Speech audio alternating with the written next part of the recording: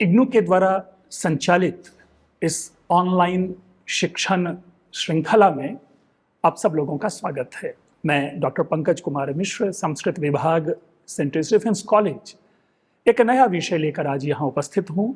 उस विषय का जो एक पूरा पाठ्यक्रम का नाम है वह है संस्कृत भाषा एवं साहित्य। और यदि इसके कोड को जानना चाहें, कूट संख्या जानना चाहें, तो यह है BSKLA 135। मित्रों, इसका जो अंतरंग का जो पाठ्यक्रम है वह है कुमार संभवम। हम लोग कुमार संभवम के पद्यों का विश्लेषण कर रहे हैं। उनमें से हम लोगों ने 4 पद्यों को देखा था और उसके बाद जो बाकी जो बचे पद्य हैं उनको यहाँ पर जानने का प्रयास करते हैं।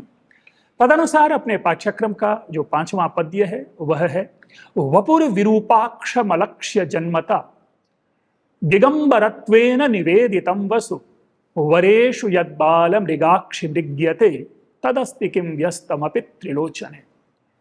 शिव तपस्या में लीन पार्वती के धैर्य की परीक्षा लेने के लिए ब्रह्मचारी का वेश धारण करके आया हुआ है और शिव स्वयं यानी ब्रह्मचारी वेशधारी शिव स्वयं अपने जो निंदा है वह कर रहा है केवल इसलिए कि पार्वती को उनके लक्ष्य से च्युत किया जाए और पार्वती की परीक्षा ली जाए कि पार्वती वस्तुतः हमें पति रूप में वर्ण करना चाहती है या नहीं। इसी क्रम में एक अन्य तर्क देता है शिव के विषय में कि पार्वती वपुर विरूपाक्षम, संधि विच्छेद कर ले, वपुः जमा विरूपाक्षम जमा अलक्ष्य जन्मता। ये पहली पंक्ति है। अर्थ बना वपुः विरूपाक्षम, कि अर्थात उसे शिव के विषय में क्या कहूं, जो शरीर है उसका वह विरूपाक्ष है, अर्थात विचित्र रूप वाला है। एक अन्य प्रकार के उनके आंखों की श्रृंखला है, अर्थात उनमें 3 आंख है। भाई, आज तक आपने किसी मनुष्य को देखा, किसी अच्छे पुरुष को देखा जिनके की आंख ही विचित्र हो, 3 आंखों हो? ऐसे विचित्र आंख वाले को तुम अपना पति प्राप्त करना चाहती हो, बनाना चाहती हो। अलक्ष्य जन्मता, जिनके जन्म के विषय में किसी भी प्रकार की जानकारी नहीं है, यानी शिव का जन्म कब हुआ, कहां हुआ, किस कुल में हुआ, किस गोत्र में हुआ, किस परिवार में हुआ, किस शहर में हुआ, इसके विषय में कोई जानकारी नहीं है।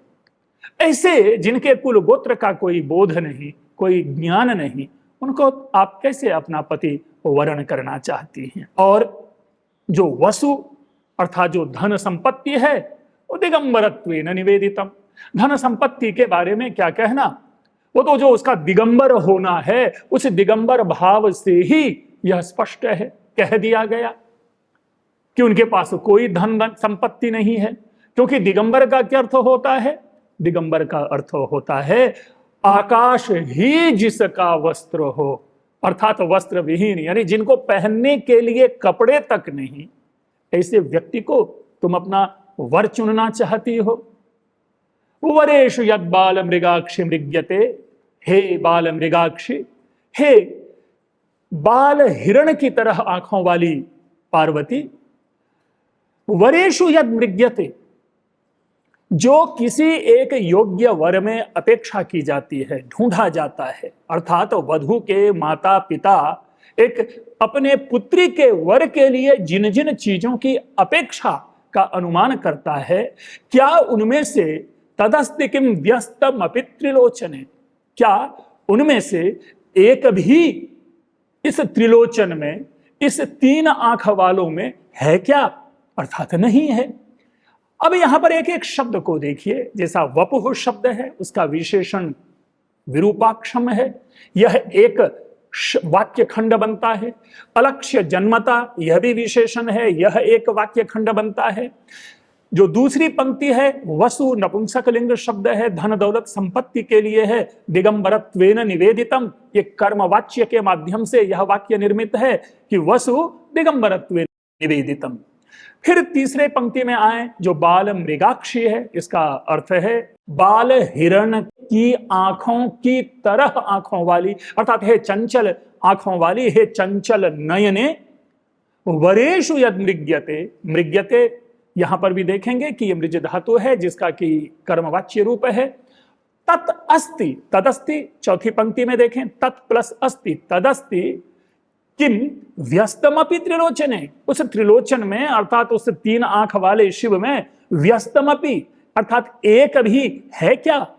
यहां जो व्यस्तम शब्द है यह समस्तम का विपरीत होता है। समस्त का मतलब सारा, समग्र, और व्यस्तम का मतलब एक। अर्थात क्या जो भी जिस किसी भी गुण की अपेक्षा एक श्रेष्ठ वर में की जाती है उसमें से कोई एक इसमें है क्या, अर्थात नहीं है। इसलिए हे पार्वती, ऐसे वर का जो चयन करना है यह उचित नहीं। आप अपनी तपस्या का परित्याग करें, आप अपना घर जाएं, क्योंकि ऐसे व्यक्ति के लिए तपस्या की आवश्यकता ही नहीं। लेकिन कुछ चीजों को देखिए, यहां पर जब बातें की जाती है दिगंबरत्वेन निवेदितम वसु आदि के द्वारा, इसी का बड़ा ही सुंदर उत्तर पार्वती आगे आने वाले पद्यों में देगी। फिर जब इस प्रकार बातें चल पड़ी, शिव के विषय में चर्चा होती रही, उसके बाद का ये अगला पद्य है कि उवाच चैनम परमार्थतो हरम न वेत्सि नूनम यत एव मात्थमाम अलोक सामान्यम अचिंत्य हेतुकम द्विषन्ति मंदाश्चरितम महात्मनाम। इस अर्थ को पकड़िए, इस विषय को पकड़िए। इसके पूर्व क्या है, शिव ने अपनी बातें कहनी खत्म कर दी, उनकी बातें पूरी हो गई। शिव को, ब्रह्मचारी वेशधारी शिव को अपने विषय में जितने भी एक ऋणात्मक पक्ष प्रस्तुत करना था उन सारे ऋणात्मक पक्षों को प्रस्तुत कर दिया। तो जब ये बोल चुके, उवाच चैनम परमार्थतो हरम न वेत्सि नूनम यत एव मात्थमाम अलोक सामान्यम अचिंत्य हेतुकम द्विषन्ति मंदाश्चरितम महात्मनाम। अर्थात परमार्थतः हरम एनम उवाच।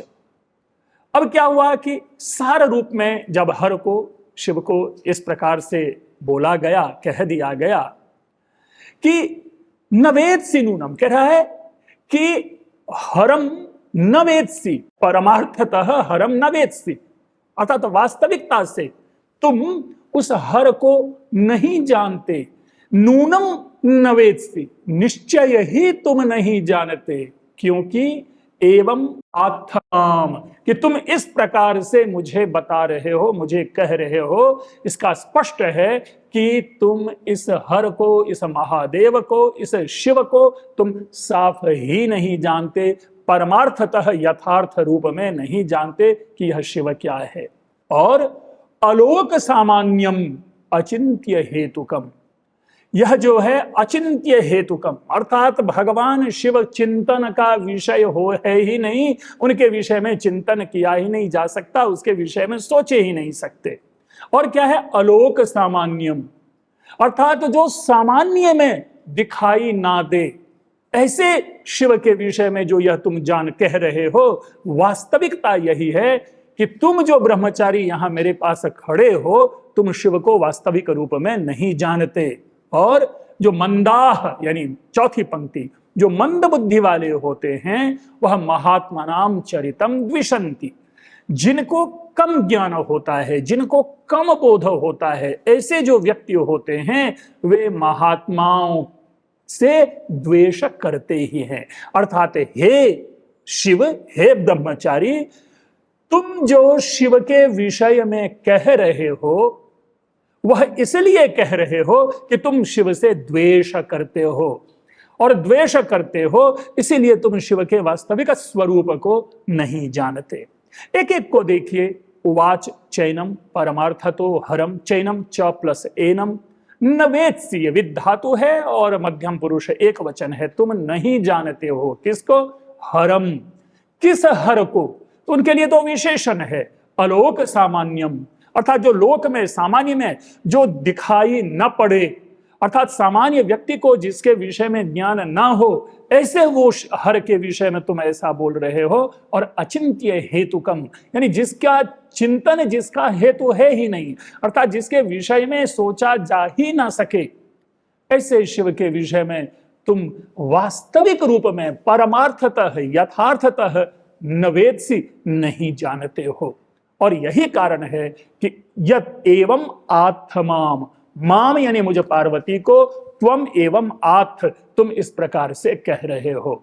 और ऐसे कहने वाले जो लोग होते हैं वो निस्संदेह मूर्ख लोग होते हैं। क्यों? क्योंकि जो मूर्ख लोग होते हैं वो महात्माओं के चरित्र से द्वेष करते ही हैं। इसके बाद का पद्य है अगला पद्य।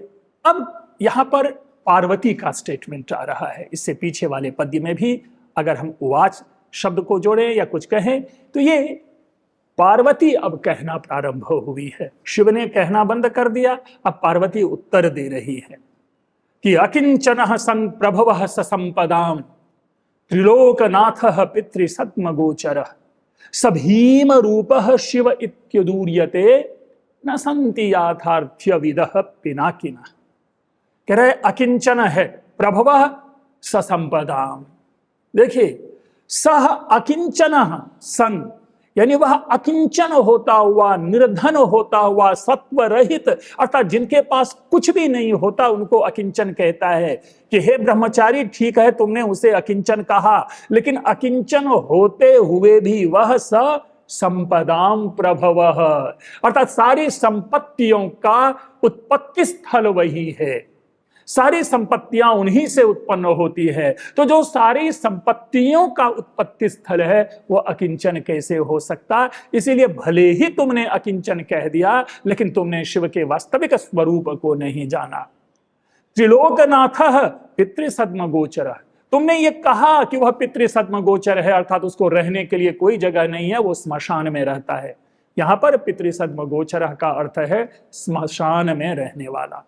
पितृ पितर का सद्म घर जहां दिखाई दे, इस अर्थ में इसका दूरार्थक अर्थ बनता है। जो दूरार्थक यह शब्द है जिसका अर्थ बनता है स्मशान में रहने वाला, अर्थात जिसे तुमने स्मशान में रहने वाला कहा वह क्या है?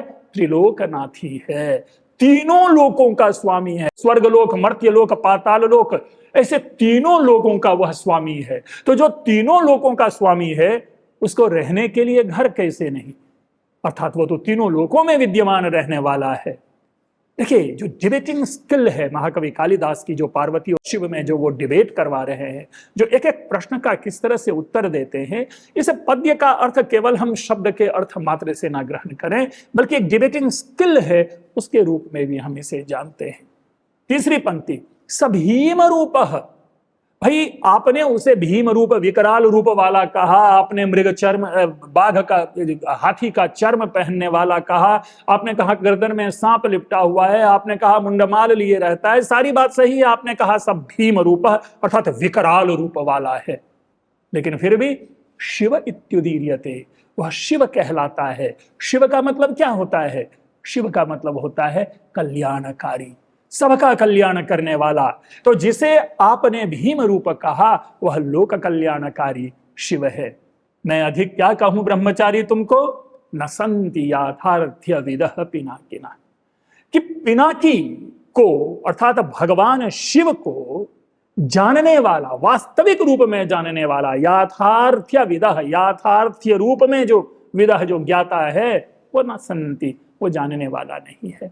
अर्थात शिव के वास्तविक स्वरूप को यदि तुम जान रहे होते ब्रह्मचारी, तो भगवान शिव के विषय में ऐसी ऐसी बातें नहीं कहते। वो तो त्रिलोकनाथ है, वे सारी संपत्तियों का प्रभव स्थल है, वे शिव हैं, इसलिए तुमने इन तीनों रूपों को नहीं जाना। अब यहां इनके कुछ शब्दों को देखिए। एक पिनाकिनः शब्द है, पंचम सर्ग का पद्य है। पंचम सर्ग का जो प्रथम पद्य है उसमें भी पिनाकी शब्द का प्रयोग आया है। तथा समक्षम दहता मनोभवम पिनाकिना भग्न मनोरथा सती। दूसरे शब्दों में भगवान शिव के धनुष का नाम है पिनाक, और चूंकि यह पिनाक को धारण करते हैं इसीलिए इनको पिनाकी कहा जाता है। और उसी पिनाकिन शब्द का षष्ठी एक वचन यहाँ पर पिनाकिना है। यथा याथार्थ्य विदः में बहुवचन है, याथार्थ्य विद मूल शब्द है, यह प्रथमा बहुवचन है, इसलिए यहाँ पर संति इसके साथ क्रियापद है। शिव इत्युदीर्यते, उदीर्यते शब्द है, उत है, ईर है, कर्मवाच्य रूप है, लट लकार प्रथम पुरुष एक वचन है। सब हीम रूप शिव इत्युदीर्यते। इस प्रकार से मैं यहां तक ये भी समझता हूं, क्योंकि जब आप पंचम सर्ग के प्रारंभ में जाएंगे तो पंक्ति मिलेंगी, अवाप्यते वा कथमन्यथा द्वयम तथा विधम प्रेम पतिश्च तादृशः। तथा विधम प्रेम और पतिश्च तादृशः, कीदृशः पति, कैसा पति पार्वती चाहती है। तो वो जो उसका विश्लेषण हम इसी पद्य में पाते हैं कि न संति याथार्थ विदः पिनाकिना, एक ऐसे पति को जिसका कि वास्तविक ज्ञाता, जिसके मूल स्वरूप का, जिसके तत्व बोध, जिनके विषय में तत्व बोध किसी को ना हो, वो उस पति को यहाँ पर पार्वती जो है वह अपने पति रूप में ग्रहण करना चाहती हैं। फिर पार्वती कंटिन्यूड है उसको देने के लिए, विभूषणोद्भास भासी पिनद्ध भोगिवा गजाजिनालंबि दुकूल धारिवा कपालिवा स्यादथवा इंदुशेखरम न विश्वमूर्तेरवधार्यते वपुः। अब देखिए कह रहा है विश्वमूर्तेः, विश्वमूर्ति शिव के लिए है कि वो विश्वमूर्ति जो है उनका, वह चाहे वो विभूषणोद्भासी अर्थात आभूषणों से चमकने वाला हो, महिमा मंडित होने वाला हो, अथवा वह पिनद्ध भोगी अर्थात वह सर्प से लिपटा हुआ हो, गजाजिनालंबी मतलब मृग चर्म को धारण करने वाला हो, या दुकूल धारी या सुंदर दुकूल धारण करने वाला, वस्त्र धारण करने वाला हो, कपालिवास्यात् चाहे वो कपाली हो अर्थात मुंडमाल, हाथ में कपाल लिए हुए, कपाल जो मस्तक होता है, मुंडमाल उसी का जो हिस्सा होता है टूटा हुआ उसको कपाल कहा जाता है। मृत शरीर का जो मस्तक है उसके ये टूटे हुए हिस्से जो भगवान शिव के हाथ में दिखाया जाता है, इसलिए कपाल को धारण करने के कारण शिव के लिए कपाली शब्द आया है। तो कपालिवास्यात् अथवा इंदुशेखरम ना, चाहे वो इंदुशेखर क्यों ना हुआ, उनके माथे पर चंद्रमा क्यों ना हो। देखिए विरोध है, अच्छा हो चाहे बुरा हो, इस प्रतीक को देखिए, सबका सार एक ही है कि वह शिव चाहे अच्छा है या बुरा है, या बुरा है चाहे अच्छा है, लेकिन वास्तविकता यह है कि विश्वमूर्ते वपुः न अवधार्यते। ऐसे जो विश्वमूर्ति है उनके शरीर का निश्चयन इस रूप में नहीं किया जा सकता कि वह सर्प लटकाए हुए है, गज चर्म को धारण किए हुए हैं, या वो कपाली है, या वो आभूषणों को धारण करने वाले हैं, या वह श्रेष्ठ वस्त्र दुकूल को धारण करने वाले हों, या उनके माथे पे चंद्रमान क्यों न विराजमान हो। लेकिन जो श्रेष्ठ व्यक्ति होते हैं, जो पूरा का पूरा वैश्विक स्वरूप ग्रहण करने वाला व्यक्ति होता है, ऐसे व्यक्ति का निर्धारण इन दो चार विशेषणों से या उनके पहनावे ओढ़ावे से नहीं किया जाता। जो विद्वान होते हैं, जो श्रेष्ठ पुरुष होते हैं, वे अपने विचार से जाने जाते हैं, वे अपने व्यवहार से जाने जाते हैं। इसके बाद पद्य है अपना, ये पद्य है, अलम विवादेन यथा श्रुतस्त्वया तथा विधस्तावदशेषमस्तु सह ममात्र भावैक रसम मनः स्थितम न काम वृत्तिर्वचनीयमीक्षते। अलम विवादेन, हे ब्रह्मचारी, इस वाद विवाद से क्या प्रयोजन, क्या लक्ष्य सिद्ध हो रहा है आपका? विवाद न करें। यथाश्रुतः स्वया त्वया तथा विधस्तावदशेषमस्तु सह, यथाश्रुतः जिस प्रकार तुम्हारे द्वारा सुना गया, तुमने जैसा सुना, तथा विधः तावद अशेषमस्तु सह, उसी प्रकार का वह तुम्हारे मन में चिरकाल तक बना रहे। अर्थात भगवान शिव के जिस स्वरूप के बारे में तुम जानते हो, तुमने सुन रखा है, वही स्वरूप मात्र नहीं बल्कि उससे भी कोई और भिन्न स्वरूप तुम्हारे मन में है, तो वह चिरकाल तक तुम्हारे मन में रहे। तुम उसी रूप में भगवान शिव को जानो। प्लीज मेरे से लड़ाई करने का तुम्हें क्या फायदा? अलम विवादेन, इस विवाद को यहीं रोको। ममात्र भावैक रसम मनः स्थितम न काम वृत्तिर्वचनीयमीक्षते। मेरा तो एकमात्र, मेरा जो मन है वह भावैक रसम स्थित, जो मेरा जो एकमात्र वह जो आनंद है, मेरा जो रस है, जो भाव रूप का जो एकमात्र रस है, वह उस मात्र में, उस भगवान शिव मात्र में, उस शिव मात्र में मेरा जो मन है वह स्थित है।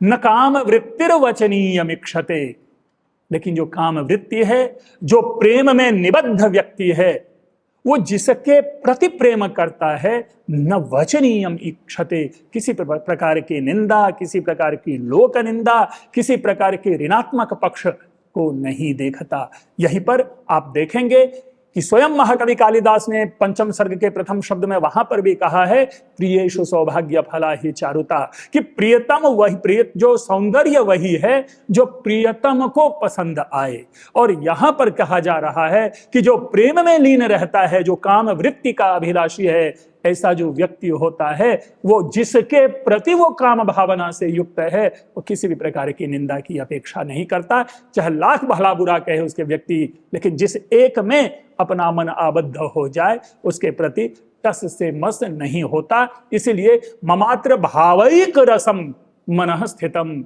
मेरा तो अत्र मनः स्थितम, मेरा मन जो है अत्र अस्मिन शिवे स्थितम, उस शिव में स्थित है, इसलिए किसी विशेष प्रकार की बात की यहां पर आवश्यकता नहीं है। तीसरा पद्य है इसके आगे का कि निवार्यता मालिकिमप्ययं बटु पुनर्विवक्षुः स्फुरितोत्तराधरः न केवलम यो महतोपभाषते शृणोति तस्मादपि यः स पापभाग।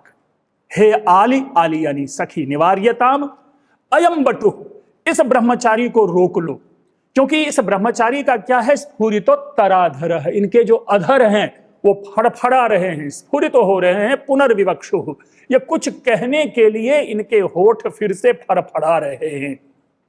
इसलिए हे सखी, पार्वती के साथ उसकी सखी विजया है, तो अपनी विजया नामक उस सखी से कहती है कि अयम बटुः निवार्यता, इस ब्रह्मचारी को रोको, ये फिर कुछ बोलना चाहता है, इससे पहले कि कुछ यह बोले इसको मना करो और कहो कि न केवलम यो महतोपभाषते शृणोति तस्मादपि यः स पापभाग, कि यह महतः अपभाषते, न केवलम यह महतः अपभाषते, अर्थात केवल वही नहीं जो कि अत्यधिक अपभाषण करता है, अर्थात अपशब्द का इस्तेमाल करता है, किसी का निंदा का इस्तेमाल करता है, सपाप भाग, वही केवल पाप का भागी होता है, ऐसा नहीं। शृणोति तस्मादपि यह सपाप भाग, और जो सुनता है, शृणोति श्रवण करता है, श्रो धातु लट लकार प्रथम पुरुष एक वचन, तस्मादपि उससे भी जो यह सुनता है, ऐसा सुनने वाला व्यक्ति भी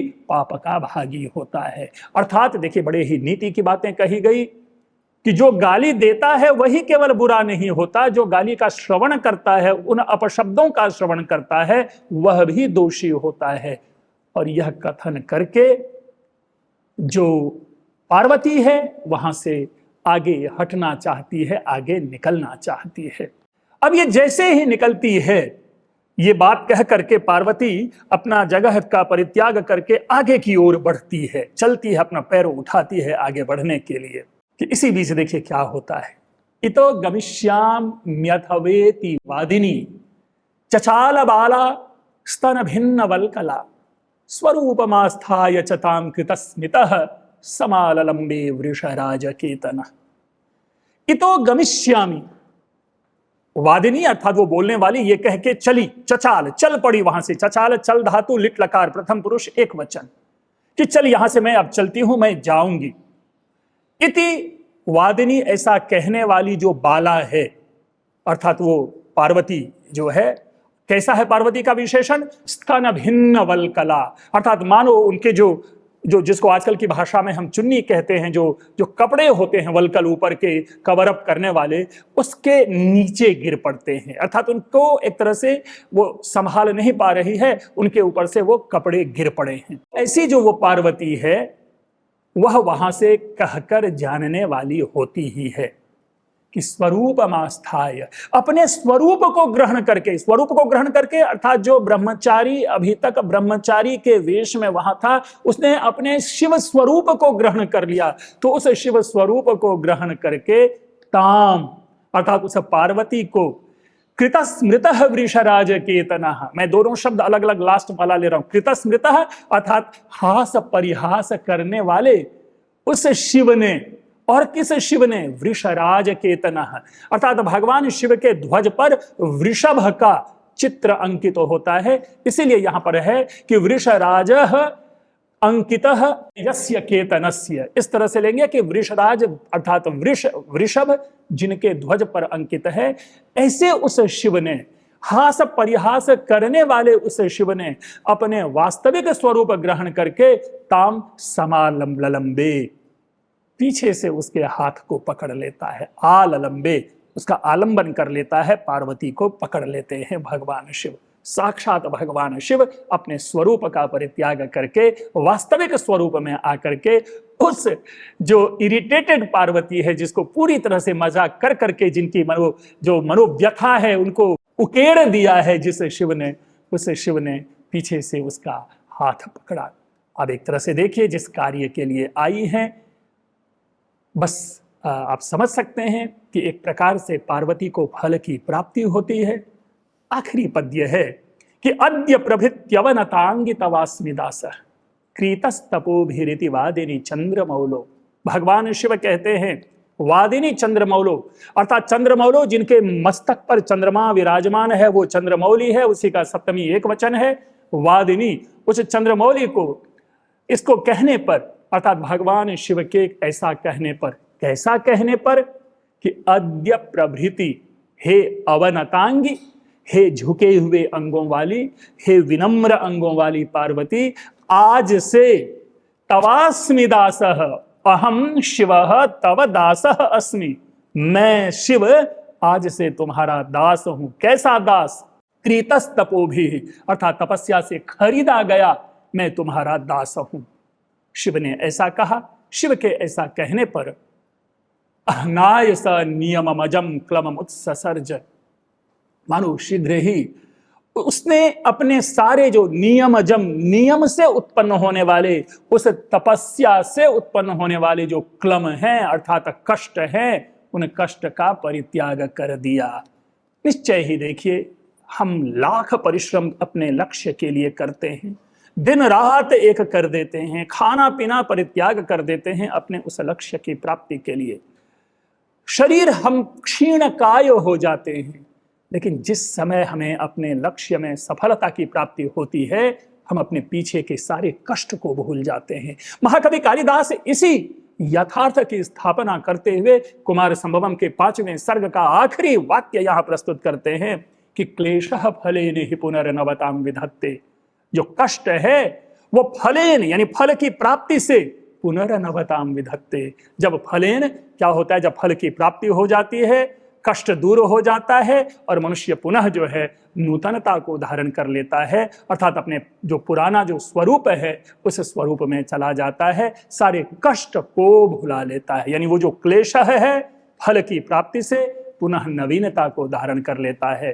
अर्थात जब मनुष्य लक्ष्य की प्राप्ति कर लेता है तो लक्ष्य की प्राप्ति के अनंतर वे सारे के सारे कष्टों को भूल जाते हैं। मित्रों, ये जो पद्य हैं इन पद्यों को आप पढ़ें, पढ़ने के अनंतर इसमें कुछ नवीन नवीन बातों को अपने से भी समझने की कोशिश करें। क्रीतः, यहाँ पर क्री खरीदने वाला धातु है, उसमें त प्रत्यय है, प्रथमा एक वचन है, तपोभिः तृतीया बहुवचन है, तव अस्मि ऊपर की पंक्ति में तव अस्मि यानी तुम्हारा हूं, अस्मि जो है उत्तम पुरुष एक वचन है, प्रभृति के बाद अवनतांगी, अवनतांगी पार्वती का विशेषण है, वादिनी सप्तमी एक वचन है, चंद्रमौलौ सप्तमी एक वचन है, मूल शब्द है चंद्रमौली, वादिनी में मूल शब्द है वादिन। इसके बाद नियमजम यानी नियमात जो जायते है तम अर्थात नियम से यानी तपोवन से तपस्या से जो उत्पन्न होने वाला है, क्लमम एक मामी सिंह है, क्लमम उत्ससर्ज, उत उपसर्ग है, सृज धातु है, लिट लकार प्रथम पुरुष एक वचन है और आगे विधत्ते जो है धा धातु है, उसी का भी उपसर्ग लगा करके रूप है आत्मनेपद में विधत्ते। और इस प्रकार से हम इसके क्रियापदों आदि को जानते हुए मूल हमारा जो लक्ष्य होता है, हम इसके माध्यम से यद्यपि व्याकरण और भाषा को सीखते हैं, लेकिन इसके साथ साथ जो कवि के द्वारा दिया गया संदेश है हम उसको भी जानने का प्रयास करते हैं। मित्रों, आप लोगों ने इस पाठ को ध्यानपूर्वक सुना। आपसे अपेक्षा है कि आप अपने यहाँ इसे सुन करके स्वयं भी ऐसे कुछ वाक्यों का निर्माण करें जिससे भाषा सीखेंगे और इसके ऊपर विमर्श करेंगे, जिससे कि हम तर्क और व्याख्या सीखेंगे। तो इन दोनों प्रक्रियाओं के द्वारा हम इस पाठ को हम भली भांति समझ पाते हैं, समझ पाएंगे। आप लोगों का बहुत बहुत धन्यवाद।